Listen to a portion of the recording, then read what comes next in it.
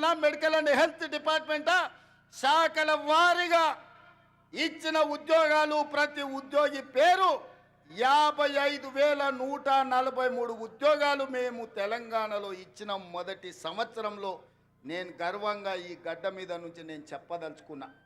ఇన్ని ఉద్యోగాలు ఈ దేశంలో ఎవరైనా ఇచ్చిండ్రా? ఇవాళ అక్కడ నడ్డా వచ్చిండంటే ఎక్కడి నుంచో, అయ్యా నడ్డా గారు మీరు మా అడ్డ మీదకి వచ్చారు, అడ్డగోలుగా మీరు మాట్లాడకండి.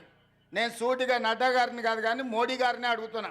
నీ గుజరాత్ రాష్ట్రంలో 14 ఏళ్ళు మీరు ముఖ్యమంత్రిగా ఉన్నారు, 11 ఏళ్ళు ప్రధానమంత్రిగా ఉన్నారు. 25 సంవత్సరాలల్లా నరేంద్ర మోడీ గారి పార్టీ అయిన భారతీయ జనతా పార్టీ అధికారంలో ఉన్న రాష్ట్రం ఉత్తరప్రదేశ్, మధ్యప్రదేశ్, రాజస్థాన్, బీహారా, లేకపోతే ఛత్తీస్గఢ, జార్ఖండ్, కర్ణాటక, మహారాష్ట్రనా, ఏ రాష్ట్రమైనా నేను సవాల్ విసురుతున్న నరేంద్ర మోడీ గారు మీ రాష్ట్ర ప్రభుత్వాలు ఉన్న దగ్గర ఒక్క సంవత్సరంలో 55,000 ఉద్యోగాలు ఇస్తే మీరు లెక్క చూపించండి. ఢిల్లీ నడి బజార్లో మీకు క్షమాపణ చెప్పి తల వంచుకొని నేను వస్తా, లేకపోతే నా లెక్క అప్ప చెప్తా. నీ పార్టీ నీ నాయకులను నువ్వు తెలంగాణ రాష్ట్రాన్ని మా ప్రభుత్వాన్ని అభినందించు. అప్పుడే ఈ దేశ ప్రధానమంత్రిగా మీ గౌరవం పెరుగుతుంది. ఏది పడితే అది మాట్లాడితే, ఎట్లా పడితే అట్లా మాట్లాడితే చెల్లదు. నడ్డా గారు మీరు కూడా కేసీఆర్ లాగా తయారు కాకండి. కేసీఆర్ మాట్లాడి బీఆర్ఎస్ వాళ్ళు మాట్లాడిన ప్రెస్ మీట్ల కాగితాలు తీసుకెళ్ళి ఈరోజు ఈటల రాజేందర్, కిషన్ రెడ్డి గారు అవే నకలు కొడుతురు. పెద్దోళ్ళు చెప్పారు నకలు మారనేకి వెళ్ళి भी कुछ अकल रहना चाहिए అని. అందుకే కిషన్ రెడ్డికి ఈటల రాజేందర్కి నేను చెప్తున్నా, మీరు మారుండయ్యా, మీరు ఆలోచన చేయండి. ఆ దొంగలు సోపతి పట్టిర్రంటే మీరు కూడా దొంగల బండి ఎక్కుతారు, మీరు కూడా అటే పోతారు. ఈ దొంగల బండితో మీరు చేరిందంటే అంతో ఇంతో మీకున్న గౌరవం కూడా లేకుండా పోతుంది. అందుకే ఇవాళ నేను ఒక్క మాట చెప్పదలుచుకున్నా. రైతు రుణమాఫీ మొదటి సంవత్సరంలో 25,50,000 మంది రైతులకు 21,000 కోట్ల రూపాయలు 2 లక్షల వరకు వాళ్ళ ఖాతాలో వేసిన చరిత్ర మా ప్రభుత్వాన్ని. నేను సూటిగా నరేంద్ర మోడీ గారిని, కల్వకుంట్ల చంద్రశేఖరరావు గారికి సవాలు విసురుతున్నా.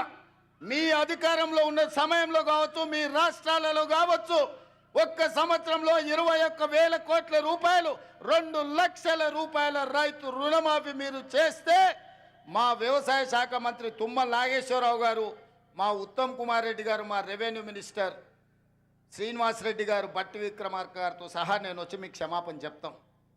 మా చరిత్ర ఇది, నికార్సైన లెక్క ఇది. మా ఆర్థిక మంత్రి ఎన్ని ఇబ్బందులు పడ్డా వానాడు అడ్డగోలుగా వాళ్ళు అప్పులు చేసి తెలంగాణ రాష్ట్రాన్ని దివాలా తీపించిన మా ఆర్థిక మంత్రి బట్టి విక్రమార్క గారు ఒక క్రమ పద్ధతిలో మొదటి సంవత్సరంలోనే 21,000 కోట్ల రూపాయలు 25,50,000 మంది రైతులకు రుణమాఫీ చేసి రుణం తీసుకున్న చరిత్ర మా చరిత్ర గురించి మీరు మాట్లాడతారా? కాంగ్రెస్ పార్టీ గ్యారంటీల గురించి మాట్లాడే అర్హత మీకున్నదాన్ని నేను ఈ సందర్భంగా అడుగుతున్నా. ఇదే కాదు, ఈనాడు ఆడబిడ్డలకు మేము ఈ ఒక్క నల్గొండ జిల్లాలో మా ఎంకన్న చిట్టి రాసిస్తున్నాడు 2,004 కోట్ల రూపాయలు ఒక్క నల్గొండలనే రుణమాఫీ జరిగిందని. ఒక్క నల్గొండ ఉమ్మడి జిల్లాలో 2,000 కొత్త నల్గొండ జిల్లాలనే 2,004 కోట్ల రూపాయలు మీ ఒక్క జిల్లాలనే రైతులకు రుణమాఫీ జరిగిందని చెప్పి వెంకన్న లెక్కలు అందిస్తున్నాడు. పెద్ద ఎత్తున చప్పట్లు కొట్టండి మిత్రులారా. ఆ మోడీకి, నడ్డాకు కనీసము జ్ఞానోదయం కలిగని అని మన ప్రభుత్వం ఏం చేస్తుందో.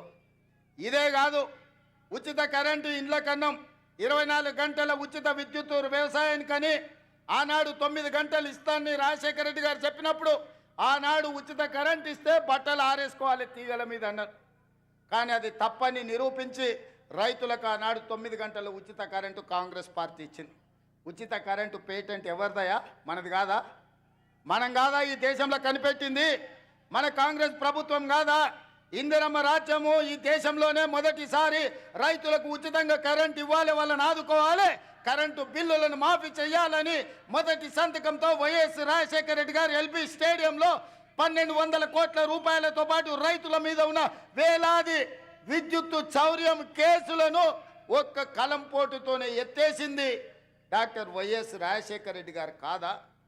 ఆ ఆదర్శంగా తీసుకొని 24 గంటలు ఇచ్చిన ప్రభుత్వం ఈనాడు ఇండ్లలో కూడా 200 యూనిట్లు ఉచితంగా ఇవ్వాలి పేదవాళ్ళకని 50 లక్షల కుటుంబాలకు ఇవాళ విద్యుత్ శాఖ మంత్రి బట్టి విక్రమార్క గారు 50 లక్షల కుటుంబాలకు 200 యూనిట్లు ఈరోజు ఉచితంగా కరెంటు ఇస్తున్నమాట వాస్తవంగా కాదా? ఇవాళ ఆడబిడ్డలకు 1200 రూపాయల సిలిండర్ అయింది. రూపాయి జమ చేసి మా అక్కలు జమ చేసుకుంటే మోడీ వచ్చి ఎత్తుకపోతున్నాడు. మోడీ ఎత్తుకపోతున్నాడు, ఎట్లా ఆదుకోవాలని ఆలోచన చేస్తే సోనియమ్మ చెప్పింది 500కే నువ్వు ఇయ్యని. ఇవాళ ఆడబిడ్డలకు 500 రూపాయలకే సిలిండర్ ఇస్తున్న శాఖ మీ నాయకుడు ఉత్తమ్ కుమార్ రెడ్డి గారు నిర్వహిస్తలేరా? ఆడబిడ్డలకు 500 సిలిండర్ మా తెలంగాణ రాష్ట్రంలో మేము ఇస్తలేమా? రాజీవ్ ఆరోగ్యశ్రీ ఆనాడు మేము 2 లక్షల రూపాయలతో మొదలు పెడితే చంద్రశేఖరరావు గారు వచ్చి దాన్ని నిర్వీర్యం చేసి మనం వచ్చినాక మొదటి 2 రోజులే డిసెంబర్ 9 నాడు 7 అధికారం చేపడితే 9 నాడే 10 లక్షల రూపాయలు రాజీవ్ ఆరోగ్యశ్రీ పథకాన్ని పెంచి పేదవాళ్ళ కార్పొరేట్ వైద్యాన్ని అందించి ఇవాళ పేదవాడిని కుటుంబ సభ్యులుగా భావించి అపోలో యశోద ఎక్కడికి వెళ్ళిన 10 లక్షల రూపాయలతోని మీ కుటుంబాలకు ఇవాళ ఉచిత వైద్యాన్ని అందించింది మన ప్రభుత్వం కాదా? అదేవిధంగా ఇవాళ పాఠశాలల్లో ప్రమోషన్లు రాక టీచర్లు బదిలీలు లేక ఉంటే 35,000 మంది టీచర్లను బదిలీ చేయడమే కాదు 21,000 మంది టీచర్లను ప్రమోషన్లు ఇచ్చి ఇవాళ వాళ్ళ ఫుడ్ ఛార్జెస్ కాస్మెటిక్ ఛార్జెస్ 40% పెంచి ఇవాళ ఈ రాష్ట్రాన్ని విద్యార్థులను ఆదుకోవాలని 26,000 స్కూళ్ళల్లో 31 లక్ష విద్యార్థులకు ఇవాళ అన్ని రకాల వసతులు అందించాలని ఒక ప్రక్షాళన చేసి సమూలమైన విధానాన్ని తీసుకొచ్చి ఇవాళ విద్యార్థులను మన ప్రభుత్వం ఆదుకోలేదా అని నేను అడుగుతున్నా. ఇవాళ ఇవన్నీ విద్యార్థులే కాదు, ఈరోజు హోంగార్డ్స్ కానీ పోలీసులు కానీ వాళ్ళ సమస్యలను పరిష్కరించి ఆత్మగౌరవంతో బ్రతికే విధంగా పోలీసులకు స్వేచ్ఛనిచ్చింది మన ప్రభుత్వం కాదా? ఇవాళ అందుకే మన ప్రభుత్వం వచ్చిన తర్వాత మనం పనిలో మునిగిపోయినాం, ప్రచారం చేసుకోలేదు. మీరేమో అన్నలు వెంకన్న మంత్రి అయ్యిండు, రేవంత్ అన్న ముఖ్యమంత్రి అయ్యింది, మన పని అయిపోయిందని మీరు కూడా దావతులు అక్కడ ఇక్కడ చుట్టాలు ఇళ్ళ పొట్టి తిరుగుతున్నారు పెళ్ళిళ్ళు పేరంటాలని. మేమేమో రోజుకు 18 గంటలు పని చేసుకుంటున్నాం. అవతలోడం పెళ్లి పని మీద ఉన్నాడంట, అటు ఇటు దావతుల మీద తిరిగేటోడు దావతుల మీద తిరిగిన వాళ్ళు ఇవాళ సోషల్ మీడియాలో అడ్డగోలుగా ఏది పడితే అది ప్రచారం చేస్తారు. వాటిని తిప్పి కొట్టక మనం వెనుకబడ్డట్టు అనిపించింది. అందుకే ఇవాళ కార్యకర్తలు నేను అడుగుతున్నా, ఈ తెచ్చిన ప్రభుత్వాన్ని నిలబెట్టుకున్న బాధ్యత మనం చేస్తున్న పనులు చెయ్యని మనం చెప్పం. కేసీఆర్లకు దళితుని ముఖ్యమంత్రి చేస్తామనో దళితులకు 3 ఎకరాల భూమి ఇస్తామనో ఇట్లాంటి హామీలు మనం ఇయ్యలేదు, ఇవాళ మనం చెప్పిన ప్రతి పని మనం చేస్తున్నాం. ఇవాళ కేవలం రైతులకు వ్యవసాయానికి ఈ మొదటి సంవత్సరంలో 55,000 కోట్ల రూపాయలు ఈరోజు రైతులకు ఇచ్చినాం. కేసీఆర్ తెచ్చిన అప్పుకు ఆనాడు తెలంగాణ రాష్ట్రం ఏర్పడ్డ నాడు కాంగ్రెస్ పార్టీ ఒక క్రమ పద్ధతిలో నిధులను మిగులిచ్చి 16,000 కోట్ల రూపాయల మిగులు రాష్ట్రంగా చంద్రశేఖరరావుకు అప్పచెప్తే 10 ఏళ్ల మిగులు రాష్ట్రాన్ని దివాలా దీపించి 7 లక్షల కోట్ల రూపాయలతో మనకు ఇవాళ అప్పచెప్పిండు. మనం ఇచ్చిన 16,000 కోట్ల మిగులు బడ్జెట్ ఎక్కడ? చంద్రశేఖరరావు గారు 7 లక్షల కోట్ల రూపాయల అప్పులతో అప్పుల ఊబిలో కూరుకుపోయిన తెలంగాణ రాష్ట్రాన్ని మనకిస్తే అక్కడి నుంచి ప్రయాణం మొదలుపెట్టి ఇవాళ చంద్రశేఖరరావు గారు చేసిన అప్పులకు ప్రతి నెల బట్టి విక్రమార్క గారు అసలు మిత్తి కలిపి ప్రతి నెల 6,500 కోట్లు కడుతుండు. ఈ మొదటి సంవత్సరం ఇప్పటికే 65,000 కోట్ల రూపాయలు చంద్రశేఖరరావు గారు అప్పులు చేసిన దానికి ఆయన తెచ్చిన అప్పులకు అసలు మిత్తి కలిపి 65,000 కోట్లు కట్టారు. తెలంగాణ రాష్ట్రంలో ఉన్న 70 లక్షల రైతాంగ కుటుంబాలకు 55,000 కోట్లు ఖర్చు పెడితే చంద్రశేఖరరావు తెచ్చిన అప్పుకు మొదటి సంవత్సరంలో ఒక్క కుటుంబం చేసిన అప్పుకు 65,000 కోట్ల రూపాయలు చెల్లించాల్సి వచ్చింది. మిత్రులారా, తెలంగాణ రాష్ట్రాన్ని ఎంత భ్రష్టు పట్టించిండో చంద్రశేఖరరావు ఇవాళ తెలంగాణ ఆర్థికవేత్తలు ఆలోచన చెయ్యాలి. అందుకే ఇవాళ మిత్రులారా, ఈ నల్గొండ గడ్డ మీద మొదటి సంవత్సరం పూర్తి చేసుకుంటున్న సందర్భంగా రైతు రుణమాఫీ కావచ్చు, రైతు భరోసా కావచ్చు, రైతుకి ఇస్తున్న బోనస్ కావచ్చు, నిరుద్యోగ యువకులకు ఇచ్చిన 55,000 ఉద్యోగాలు కావచ్చు, ఫ్రీ సిలిండర్ కావచ్చు, ఆరోగ్యశ్రీ కావచ్చు, అన్ని పథకాలు మనం అమలు చేస్తున్నాం, ఇంకా చేస్తాం.